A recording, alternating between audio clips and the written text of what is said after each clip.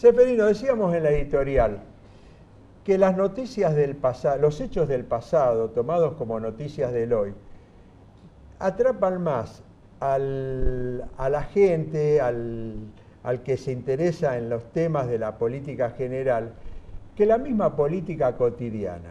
¿Por qué es esto? Yo creo que la política, como decía usted en la editorial, está aburrida, ¿no? Hasta se sabe presuntamente quién va a ser reelecto o reelecta. Claro. Y además, como usted decía, se han banalizado muchos temas. La inseguridad ya no impacta en la política. ¿Qué político dice cosas novedosas sobre la inseguridad?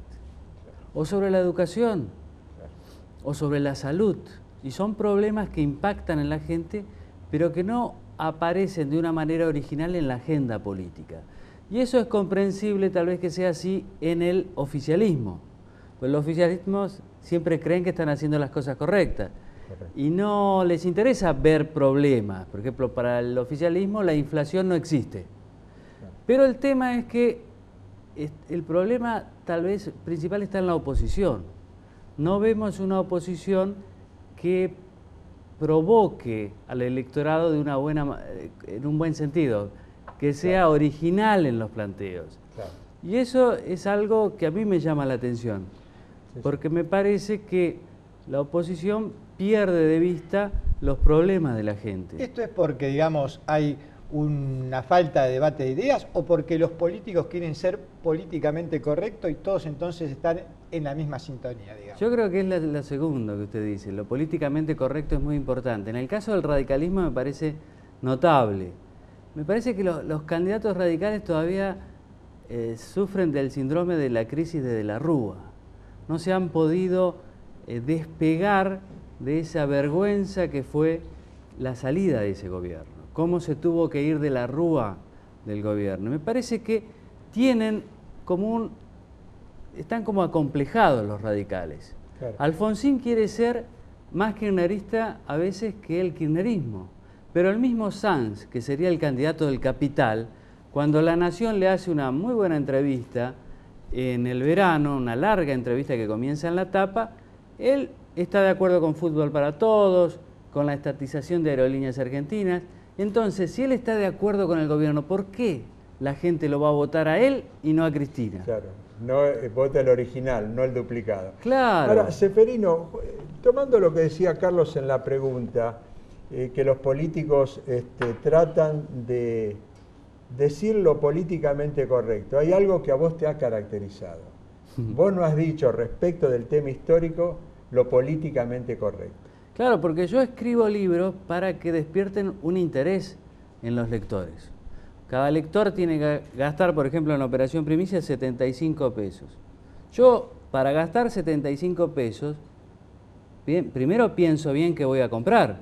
Claro. Y la gente quiere que alguien le cuente cosas novedosas, claro, que además sean ciertas y que estén escritas de una manera que sean fáciles de leer, porque ¿para qué va a leer algo complicado, un ladrillo?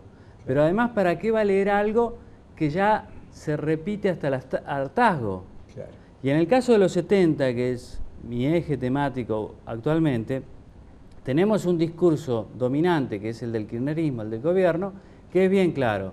Si yo hago un libro repitiendo ese discurso, en el cual no creo, además, que sea cierto o históricamente cierto, nadie va a tener ningún interés en leer estos libros. Y por eso, durante un tiempo, estos libros sobre los 70, sobre la historia reciente, no eran interesantes para la gente.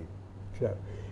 Yendo al tema, el operativo Primicia, ¿por qué no nos relatás sintéticamente en qué consistió y si fue determinante para el golpe militar? Bueno, Operación Primicia es el nombre que Montoneros le da al primer ataque de Montoneros a un cuartel militar. Esto es el 5 de octubre del 75, un domingo por la tarde, gobierno de Isabel Perón. Isabel ya tenía problemas de gobierno, estaba de licencia médica en Córdoba, en Ascochinga, y el presidente interinamente era el senador Luder. Montoneros en ese momento toma la decisión de constituirse en ejército. la cúpula llega a la conclusión de que el golpe del que tanto se hablaba era inevitable y algunos hasta deseable porque ese golpe iba a aclarar los tantos, iba a obligar a la gente a definirse a favor de los militares o del ejército montonero. Y Montonero pensaba que la gente iba a terminar apoyándolos a ellos porque ellos representaban los intereses populares. Entonces ellos alientan el golpe y hay documentos de eso. Por eso yo el 24 de marzo escribí una columna diciendo que el golpe en ese momento fue bastante popular, empezando por los montoneros y por los guerrilleros del ERP. Ahora, esto es lo que precisamente iba a decir. No es original Montoneros en esto, porque un año antes, en el 74, el ERP ataca el regimiento de Azul. Un ataque que después políticamente le cuesta la gobernación a Videguián y 3 días después la famosa entrevista de Perón con los diputados de la JP que terminan renunciando al bloque. Ahora bien, el ERP para justificar ese ataque decía precisamente que lo había hecho para provocar la contradicción y para ver que Perón en realidad era contrarrevolucionario, claro, y que esto era beneficioso para ellos. Y no fue así.